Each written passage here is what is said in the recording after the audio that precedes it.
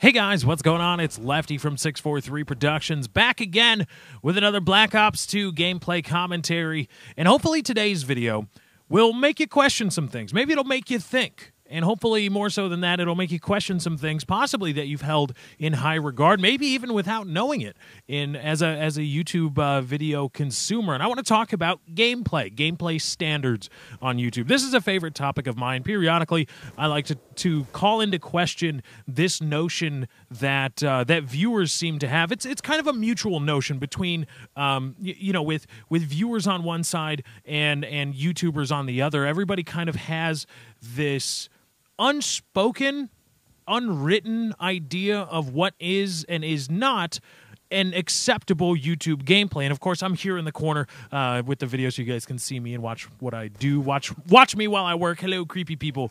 And periodically, I like to challenge those norms. I like to challenge those ideas that people have because I see them as somewhat circumspect, as somewhat questionable in terms of how they govern and why they govern so many people. Why so many people hold themselves to this phantom benchmark that really makes no sense. I know Mercadurka Taylor, who's frequently on PKA and who's an awesome guy, awesome guest, very very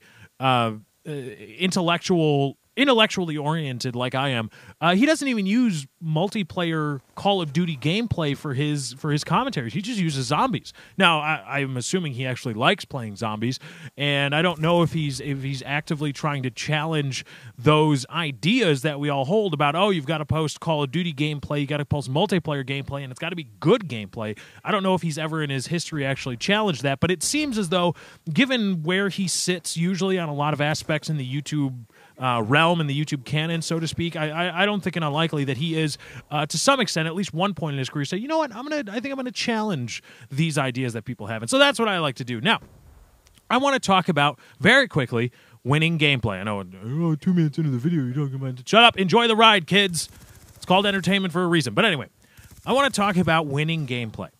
And I saw this in a few tweets from people. Periodically, when I see other YouTubers tweet out about, they're needing gameplay, they're in a fix, they went on vacation, or, they've been playing other games, they've been doing other things, they need gameplay from people. So they go to Twitter and they say, hey, if you got a gameplay, send it to me, send it my way. I'll put it on YouTube. I'll use it as the backdrop for a commentary. You'll get a link in the description, all that stuff.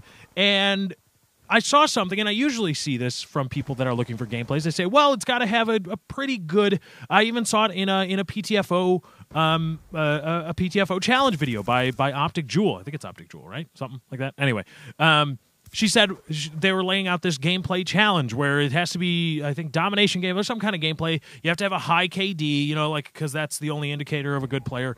That's another norm that I like to challenge regularly. And it has to be a winning gameplay. And that's something I see a lot on Twitter, too. You got to have a high KD, play the objective, and be a winning gameplay. And I'm wondering, and I sit back, and when I see that, I'm like, why is that?